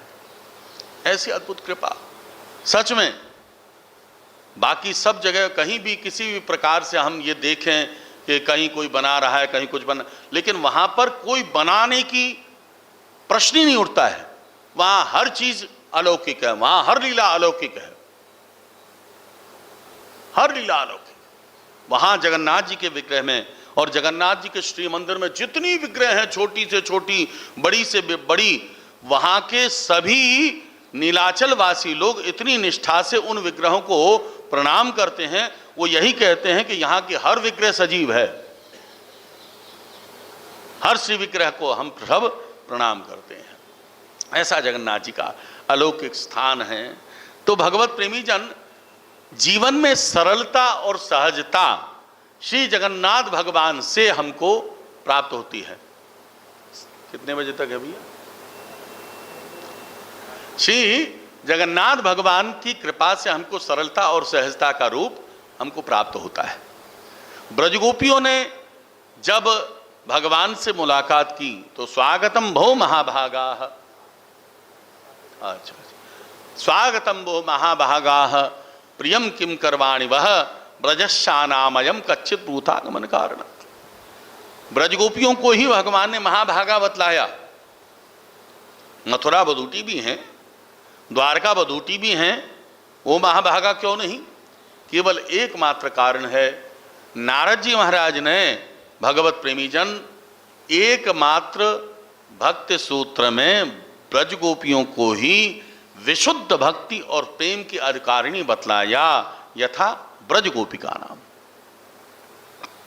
नारद जी ने कहा कि भक्ति अगर करी, समर्पण अगर किसी ने किया तो ब्रजगोपियों ने करी, यथा ब्रजगोपिका नाम, और किसी का नाम नहीं लिया। क्यों? कि शरणागति के 6 लक्षणों में जो आत्मनिक्षेप है, आत्मनिक्षेप शब्द का तात्पर्य है कि अपने आप को भगवान के चरणों में डाल देना। जैसे हो वैसे ही अपने आप को डाल देना। यहां कोई बनावट नहीं होनी चाहिए, यहाँ सहजता होनी चाहिए, यहाँ सरलता होनी चाहिए। ब्रजगोपियों ने कोई बनावट नहीं करी, जैसी सरलता उन्होंने दिखाई, उन्होंने भगवान के चरणों में अपने आप को डाला। और यही कारण है कि ब्रजगोपियों का भगवान ने दिव्य भाव से स्वागत किया है, महाभागा कहा। श्री उद्धव जी महाराज ने भी ब्रजगोपियों की इस स्थिति को देखकर प्रणाम किया और भगवान से निवेदन किया कि प्रभु, इस संसार में ब्रजगोपियों का भगवान श्री कृष्ण के प्रति जो रूढ़ भाव है वो कहीं अन्यत्र नहीं दिखाई देता है, कहीं अन्यत्र नहीं दिखाई देता है। रूढ़ भावाः, केवल और केवल ब्रजगोपियों के भगवान के प्रति रूढ़ भाव ही दिखाई देता है। ये उद्धव जी महाराज ने कहा। जो उद्धव वृष्णि नाम प्रवरो मंत्री कृष्ण दैत सखाः शिष्यो बृहस्पति साक्षात उद्धवो बुद्धि सत्तमा। उद्धव कौन है?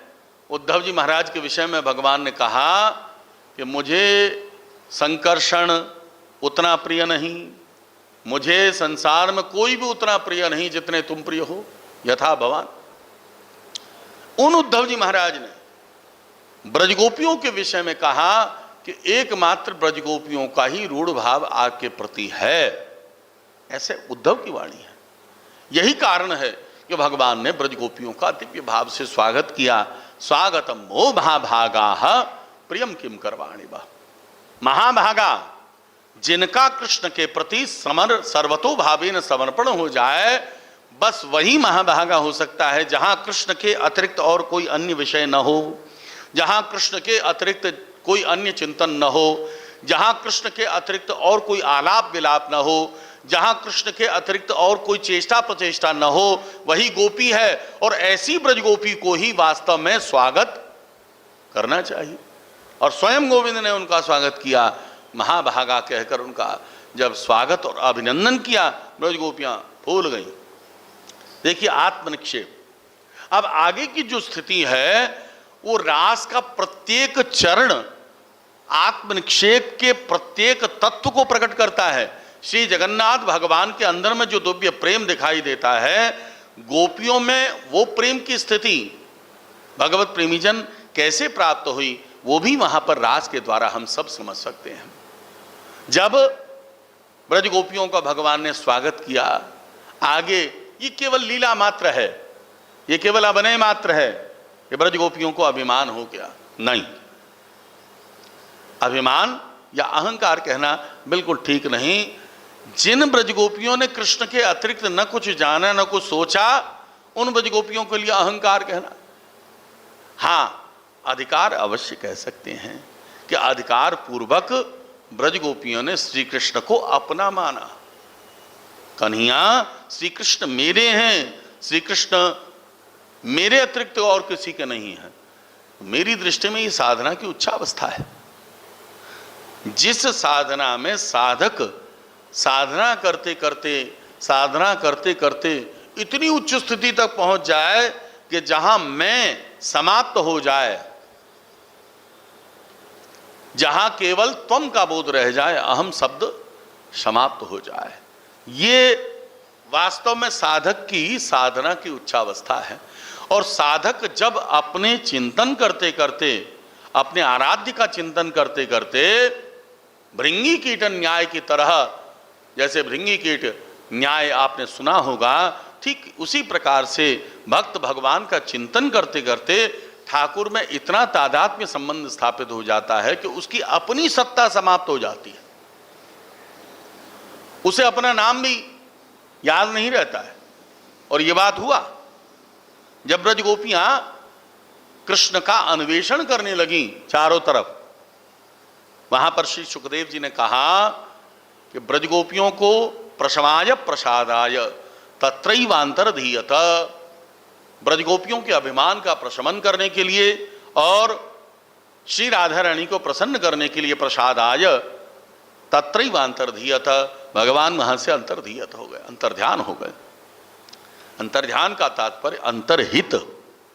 वहां पर कहा ठाकुर कभी किसी से किसी प्रकार का कोई अकल्याण या अहित नहीं करते। सुखदेव जी ने कहा अंतर्हिते भगवती सहसैव ब्रजांगनाः अतप्यंस्तमचक्षाणाः कर्ण्य इव यूथपम। अंतर्हित, अंतःकरण से ब्रज गोपियों की हित कामना करते हुए भगवान वहां से अंतर्ध्यान हुए। अहित कभी सोचते नहीं। कृष्ण के व्यवहार में, कृष्ण के आचरण में कभी किसी का न अहित है और न वो अहित सोचते हैं।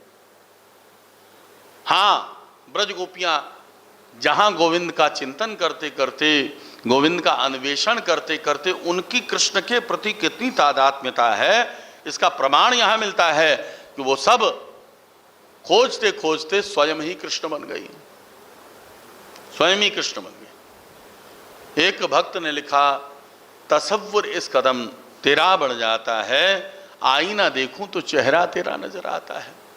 जहां भक्त प्रेमी होकर प्रेमास्पद का चिंतन करते करते इतना तल्लीन हो जाता है कि जब वो दर्पण में अपना चेहरा देखने जाता है तो उसमें अपना चेहरा न देखकर उसे अपने प्रेमास्पद का चेहरा दिखाई देता है। ये प्रेम की उच्चावस्था है, जहां मैं नहीं, केवल तुम का बोध हो, जहां मैं की सत्ता समाप्त हो जाए।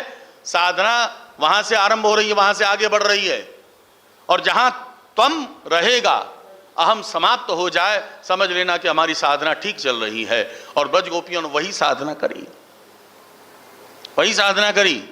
आस्ते आस्ते ब्रज गोपियों की स्थिति जब कृष्ण का चिंतन करते करते, कृष्णान्वेषण करते करते स्वयं ही कृष्ण बन गई। एक कहती है कि मैं पूतना, दूसरी ने कृष्ण बनकर उसको मार डाला। दूसरी कहती मैं अघासुर, तीसरी ने उसको कृष्ण बनकर मार डाला, एक अघासुर फिर कृष्ण बनकर किसी ने और ने मार डाला। ये क्या है? बल्कि एक ने तो बहुत अलौकिक वस्तु की, अपना उत्तरीय ही अंगुष्ठ के कनिष्ठकाग्र पर उत्तर उठाकर कहा कि मावैष्टवात वर्षाभ्याम, डरो मत, इंद्र तुम्हारा बाल भी बांका नहीं कर सकता है। मैंने तुम सब ब्रजवासियों की रक्षा के लिए श्री गिरिराज को धारण कर लिया है। मावैष्टवात वर्षाभ्याम, डरो मत, भय मत को। स्वयं ही गिरिराज बन गए। तो कृष्णान्वेषण करते करते, कृष्ण लीलानुकरण करते करते स्वयं ब्रजगोपियां ही कृष्ण बन गई। यही प्रेम है। जहां प्रेमास्पद का चिंतन करते करते प्रेमी अपने प्रेमास्पद में इतना तन्मय हो जाए, इतना तल्लीन हो जाए कि कृष्ण के अतिरिक्त तो और कुछ नहीं रहे। जित देखो तित श्याममयी है। हर तरफ उन्हें श्याम के अतिरिक्त कुछ नहीं दिखाई देता है। ठीक इसके बाद में जब ये अवस्था हो जाती, जब ये स्थिति हो जाती है, बिना इस स्थिति पर आए श्री किशोरी जी का दर्शन किसी को नहीं मिल सकता है। जब इस स्थिति में ब्रजगोपियां आई, तब समस्त ब्रजगोपियों को श्री राधा रानी का दर्शन प्राप्त हुआ। और राधा रानी ने भी अभिनय किया वहां पर। गोविंद से कहा कि न पारगे हंग चलितुं न यमांग यत्र ते मनः, प्रभु मैं अब नहीं चल पा रही हूं। किशोरी जी का यह अभिनय भी ब्रजगोपियों को साथ में लेने के लिए था, क्योंकि वो जानती थी कि मैं अगर अत्यधिक समय तक गोविंद के साथ में रही तो ब्रजगोपियों को बहुत ज्यादा कष्ट और पीड़ा होने वाली है। बस यही कारण था। श्री किशोरी जी ने अभिनय किया, न पारगे हंग चलितुं न यमांग यत्र ते मनः, अब मैं चल नहीं पा रही हूं। गोविंद बोले ठीक है, स्कंद आरुह्यतां, बैठो कंधे पर। जो बैठने को ही गोविंद वहां से अंतर्ध्यान हो गए। पहले ब्रजगोपियों ने स्वयं को ही कृष्ण मान लिया। अब किशोरी जी का दर्शन प्राप्त हुआ जब प्रेम की उच्चावस्था में मैं समाप्त हो गया। केवल भक्त भगवान मिल गए, एक हो गए। भक्त भी कृष्ण और भगवान भी कृष्ण, दोनों कृष्ण बन गए। तब श्री किशोरी जी का दर्शन ब्रजगोपियों को प्राप्त हुआ। तब राधा रानी का दर्शन उनको प्राप्त हुआ। अब ब्रजगोपियों ने तब राधा रानी को साथ में लेकर गोपी गीत गाया। गोपी गीत का आधार वहां पर कहा, तन मनस्का तद आलापा तद विचेष्टा तदात्मिका तद गुणानेव गायन्त्यो नात्मा गाराणि सस्मरो। जहां पर कृष्ण के अतिरिक्त और कोई चिंतन ही नहीं। गोपियों की इस स्थिति को देखिए, जहां पर ऐसी अद्भुत उच्चावस्था, ब्रजगोपियां गोपी गीत में भी पूरी तरह से गायन करती हैं। ते धिकम जयति ते धिकम जन्मना ब्रजः श्रयत इंदिरा शश्वदत रही दैत दृश्यताम दीक्षुतावका। ब्रजगोपियों ने गोपी गीत का जो गायन किया, ये क्या है? उन्होंने अपने प्रेम को स्पष्ट रूप से गोपी गीत के माध्यम से प्रकट किया है। ते धिकम, कितना बड़ा अधिकार ब्रजगोपियों का भगवान के प्रति है कि वो ठाकुर को कहती हैं, बल्कि ठाकुर को प्राप्त करने के लिए कहती हैं कि इस ब्रजमंडल की महिमा ये न समझना कि आपके जन्म लेने से बढ़ गई है, नहीं, बल्कि ब्रज की महिमा तो आपके आने से पूर्व में भी थी। ब्रज की इस आकर्षण, इस महिमा को देखकर, इसके आकर्षण से आकर्षित होकर आप अपने नित्य गोलोक का त्याग करके इस भौम गोलोक में आने को बाध्य हुए। इस नित्य गोलोक को त्याग करके ब्रज गोलोक में आने को बाध्य हुए। यथार्थ में ये आपकी महिमा नहीं है, ये इस ब्रज धाम की महिमा है। ये आपकी नहीं, न समझना। वो इतने बड़े अहंकार में, इतने बड़े गर्व में न रहना कि मैं हूं या मेरे नाम से ये धाम, ना, ब्रज की महिमा पहले भी थी। अरे ब्रज की महिमा अगर आपसे होती तो नारद जी ने ध्रुव को कब कहा, तत्तात गच्छ भद्रम ते यमुनायास्तटम शुचि, है, जाओ, पुण्यम मधुरवनम यत्र सान्निध्यम नित्यदा हरिः, कहा कि नहीं?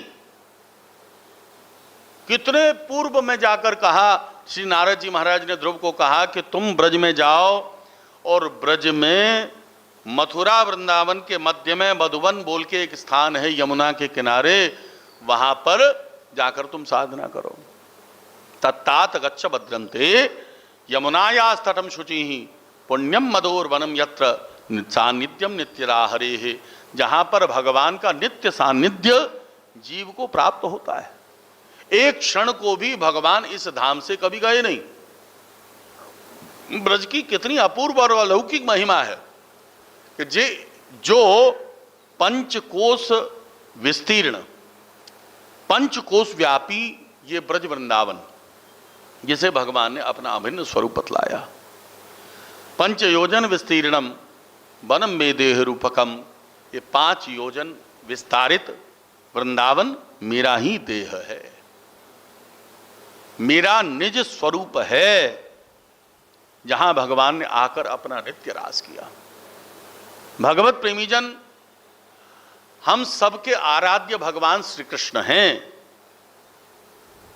आराध्यो भगवान ब्रजेश तनयस तद्धाम वृंदावनम रम्या काचिदुपासना ब्रज वधु वर्गेण या कल्पिता श्रीमद् भागवतम प्रमाण मवलम प्रेमा पुमर्थो महान श्रीमन् महाप्रभुर मतमिदम तत्रादरुण परः। हम सबके आराध्य श्री राधा गोविंद हैं, लेकिन आराध्य के राधा गोविंद के इस दिव्य प्रेम को प्रकट रूप में हम कहाँ देख पाएंगे? इस ब्रज वृंदावन में देख पाएंगे। ब्रज वृंदावन की महिमा का आकर्षण कृष्ण के जन्म लेने से नहीं है, बल्कि धाम का आकर्षण, ब्रजधाम का आकर्षण उनके पूर्व में भी था।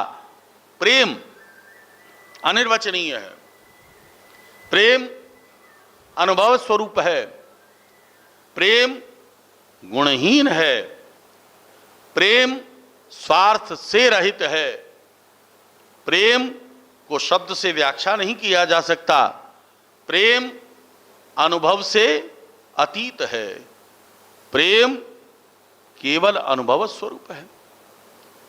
कैसे? फिर नारद जी कहते हैं मुका स्वादनवत, जैसे गूंगे को बढ़िया रसगुल्ला दे दिया जाए और उससे पूछा जाए कि आपको ये रसगुल्ला कैसा लग रहा है, खाएगा, आनंद लेगा, लेकिन उसे अनुभव मात्र कर सकता है, बतला नहीं सकता है कि ये रसगुल्ला कैसा है। प्रेमी भी अपने प्रेम के अनुभव में इतना डूब जाता है, इतना डूब जाता है कि डूबने वाला कभी व्याख्या नहीं कर सकता है और व्याख्या करने वाला कभी डूब नहीं सकता है। जो व्याख्या कर रहा है वो तो कभी ऊपरी सतह पर ही तैर रहा है। हमारे भक्तगण कहते हैं कि जिन खोजा तिन पाइया गहरे पानी पैठ। अगर इस प्रेम की उस उच्चावस्था को प्राप्त करना चाहते हो, दर्शन करना चाहते हो, अनुभव करना चाहते हो, तो किनारे पर बैठकर आप उस गहराई का अनुमान नहीं कर सकते। अगर उसकी गहराई को नापना चाहते हो तो डूब जाओ, डूबना पड़ेगा। बिना डूबे उसका आनंद आपको नहीं मिल सकता है। जो डूबता है वही पाता है। बस यही कारण है कि जब नारद जी ने कहा कि मुका स्वादनवत, जैसे गूंगा अनुभव के द्वारा आनंद लेता है, ऐसे ही प्रेम को केवल अनुभव किया जा सके। लेकिन उस प्रेम को इतना सब कहा गया, अगर उस प्रेम को कभी कोई अपनी आंखों से देखना चाहे तो क्या कोई देख सकता है? देख सकता है, बिल्कुल देख सकता है। कैसे देखेगा? उसका प्रमाण भी भागवत में है। जिस समय सुखदेव स्वामी कहते हैं कि वृंदावनम गोवर्धनम यमुना पुलिनानि च वीक्षासीदुत्तमा प्रीति राम माधवयोर नृप। वृंदावन, जिस समय आपने ये कथा सुनी कि जब गोकुल में कंस के भेजे हुए असुरों के अत्याचार से ब्रजवासी अत्यंत त्रसित हो गए, तब नंद बाबा ने सारे ब्रजवासियों को बुलाकर एक मीटिंग करी कि अब गोकुल में रहना खतरे से खाली नहीं। जाएं कहाँ? उपनंद ने उठकर कहा, वनम वृंदावनम नाम पशव्यम नव काननम गोप गोपी गवाम सेव्यम पुण्याद्रि तृणवीरुदम। वृंदावन बोलकर वन है जहां पर पशव्यम पशु भी साधु भी, जहां संतों का निवास है। चलो प्रमाण आता है, श्री सुखदेव जी कहते हैं कि वृंदावनम गोवर्धनम यमुना पुलिनानि च वीक्षासीदुत्तमा प्रीति राम माधवयो नृप। वृंदावन, गोवर्धन, यमुना पुलिन, इसका दर्शन करने से उत्तमा प्रीति की प्राप्ति कृष्ण बलराम को हुई। देखिए, जो ये कहते हैं कि हमको प्रेम अपनी आंखों से देखना है, केवल प्रेम अनुभव का विषय, हम नहीं मानते। हमें तो आप प्रेम को अपनी आंखों से दिखाओ, हमें अपनी आंखों से देखना है।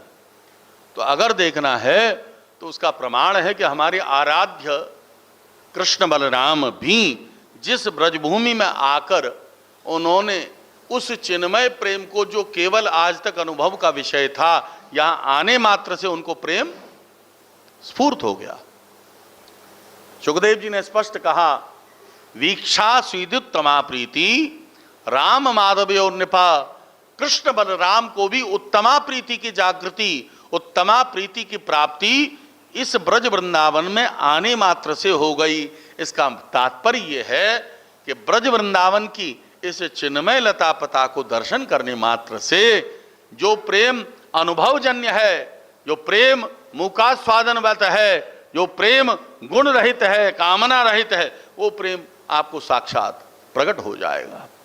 माने ब्रज वृंदावन ही ये जो ब्रज की लता पता है। चिंतामणि प्रकर सद्म सुकल्प वृक्ष लक्षावृतेषु सरभीरभिपालयन्तम लक्ष्मी सहस्त्र शत संभ्रम सेव्यमानम गोविंदमादि पुरुषम तमहम भजामि। ब्रह्मा जी ने ब्रह्म संहिता के 5 अध्याय के 5वें श्लोक में लिखा, कैसा है वृंदावन? चिंतामणि जटित चारु चादर बिछाई यहाँ, कुंज प्रति कुंज भांति भांति से सजाया है। भारत का भूषण तिलक तीनों लोकों का और भक्तों के वास हेतु वृंदावन बनाया है। ये वृंदावन कैसा है? बोले यहाँ की लता पता, यहाँ के वृक्ष, यहाँ के जीव जंतु कीट पतंग, ये सब साक्षात प्रेम स्वरूप हैं। इस ब्रज की लता पता, यहाँ की रज का दर्शन करने मात्र से ही साक्षात प्रेम प्रकट हो जाता है। तो जो प्रेम केवल शास्त्रों का विषय था, जो प्रेम केवल अनुभव का विषय था, वो प्रेम अब अनुभव का विषय नहीं। क्योंकि हम धाम में बैठे हैं, इस ब्रज वृंदावन का दर्शन, इन वैष्णवों का दर्शन, इस अद्भुत दिव्य साधन स्थली का दर्शन करना ही साक्षात प्रेम का दर्शन है। ये प्रेम का साक्षात दिव्य चिन्मय स्वरूप है। तो उस प्रेम के विगलित स्वरूप भगवान श्री जगन्नाथ देव हैं। जिन जगन्नाथ जी की कृपा, जिन जगन्नाथ जी का अनुग्रह हम सब पर विशेष रूप से अभिवर्षित हुआ है। श्री जगन्नाथ भगवान नीलाचल में तो दर्शन देते ही हैं, लेकिन हम सब वृंदावन वासियों पर कृपा करने के लिए वही नीलाचल के भगवान जगन्नाथ देव यहाँ पधारे और हम सब पर दर्शन दिया। हम सब प्रणाम करें, उनसे उनकी कृपा को प्राप्त करके अनुग्रहित हों।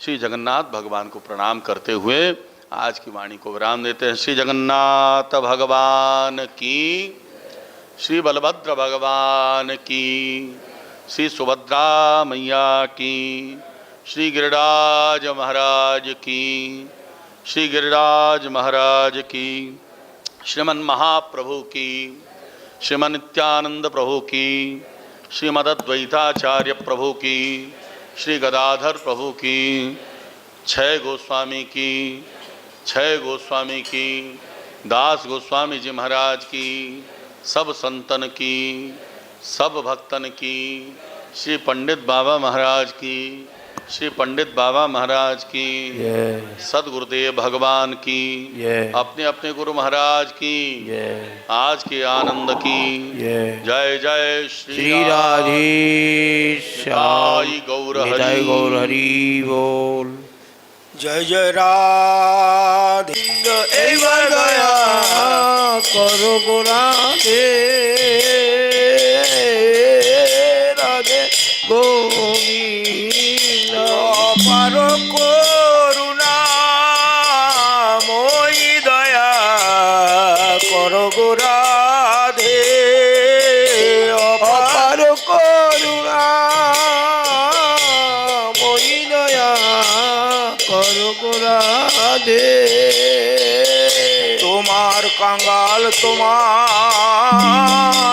ডাকে দয়া কর গো রাধে তোমার কাঙ্গাল তোমায় ডাকে দয়া কর গো রাধে রাধে গোবিন্দ ও রাধে গোবিন্দ জয় জয় রাধে কৃষ্ণ গোবিন্দ জয় জয় শ্যাম সুন্দর মদন মোহন বৃন্দাবন চন্দ্র জয় জয় শ্যাম সুন্দর মদন মোহন বৃন্দাবন চন্দ্র জয় জয় রাধারমন রাস বিহারী শিবকুলানন্দ হরি রাধা রমন রাজবিহারী শ্রী গোকুলানন্দ জয় জয় রাধাকান্ত রাধা বিনোদ শ্রী রাধা গোবিন্দ জয় জয় রাধাকান্ত রাধা বিনোদ শ্রী রাধা গোবিন্দ জয় জয় রাশেশ্বরী বিনোদিনী রায় ভানুকুল চন্দ্র জয় জয় রাশেশ্বরী বিনোদিনী ভানুকুল চন্দ্র জয় জয় ললিতা বিশাখাদি যত সখী বৃন্দ জয় জয় ললিতা বিশাখায়াদি যত সখী বৃন্দ জয় জয় শ্রীরূপ মঞ্জরি রতে মঞ্জরি অনঙ্গ জয় শ্রীরূপ মঞ্জরি আদি মঞ্জরি অনঙ্গ জয় জয় পূর্ণমাসি কুন্দলতা জয় বীরাবিন্দ জয় জয় পূর্ণমাসী কুন্দলতা জয় বীরবৃন্দ তোমরা সবে মিলে করো দয়া আমি অতি মন্দ তোমরা সবে মিলে করো দয়া আমি অতি মন্দ আমায় কৃপা করি দেহ যুগল চরণার বিন্দ আমায় কৃপা করি দেও হে যুগল চরণার বৃন্দ দেহ যুগল চরণার বিন্দ দেও যুগল চরণার বৃন্দ দেহ যুগল চরণার বিন্দ চরণার বৃন্দ জয় জয় রাধে কৃষ্ণ গোবিন্দ জয় জয় রাধে কৃষ্ণ গোবিন্দ শ্রী গৌরাঙ্গ নিত্যানন্দ শ্রী অদ্বৈত চন্দ্র গদাধর শিবা সাধু গৌর ভক্ত বৃন্দ গৌরাঙ্গ নিত্যানন্দ শ্রী অদ্বৈত চন্দ্র গদাধর শিবাচারী গৌরভক্ত বৃন্দ শ্রীকৃষ্ণ চৈতন্য প্রভু নিত্যানন্দ হরে কৃষ্ণ হরে রাম শ্রী রাধে গোবিন্দ শ্রীকৃষ্ণ চৈতন্য প্রভু নিত্যানন্দ হরে কৃষ্ণ হরে রাম শ্রী রাধে গোবিন্দ হরে কৃষ্ণ কৃষ্ণ কৃষ্ণ হরে হরে হরে রাম রাম রাম হরে হরে হরে কৃষ্ণ কৃষ্ণ কৃষ্ণ হরে হরে হরে রাম রাম রাম হরে কৃষ্ণ কৃষ্ণ কৃষ্ণ হরে হরে হরে রাম রাম রাম হরে হরে হরে কৃষ্ণ কৃষ্ণ কৃষ্ণ কৃষ্ণ হরে হরে হরে রাম রাম রাম হরে হরে জয় জগন্নাথ জগন্নাথ জগন্নাথ জয় জগন্নাথ জয় জগন্নাথ জয় জগন্নাথ জয় জগন্নাথ জয় বলদেব বলদেব বলদেব জয় বলদেব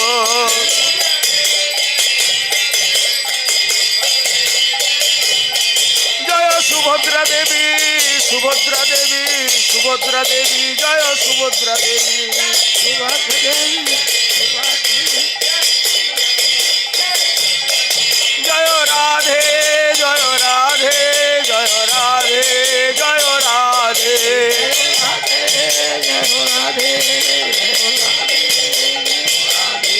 निताय गौर हरि बोल हरि बोल हरि बोल हरि बोल निताय गौर हरि बोल हरि बोल हरि बोल हरि जय जय श्री राधे श्याम निताय गौर हरि बोल बोले हरि नाम संकीर्तन की जय खोल कर ताल की जय गैया बजैया की जय श्री कृष्ण चैतन्य महाप्रभु की जय समस्त गौर भक्तविंद की जय अपने अपने गुरुजी महाराज की जय जय जय श्री राधे श्याम निताय गौर हरि हरि बोल।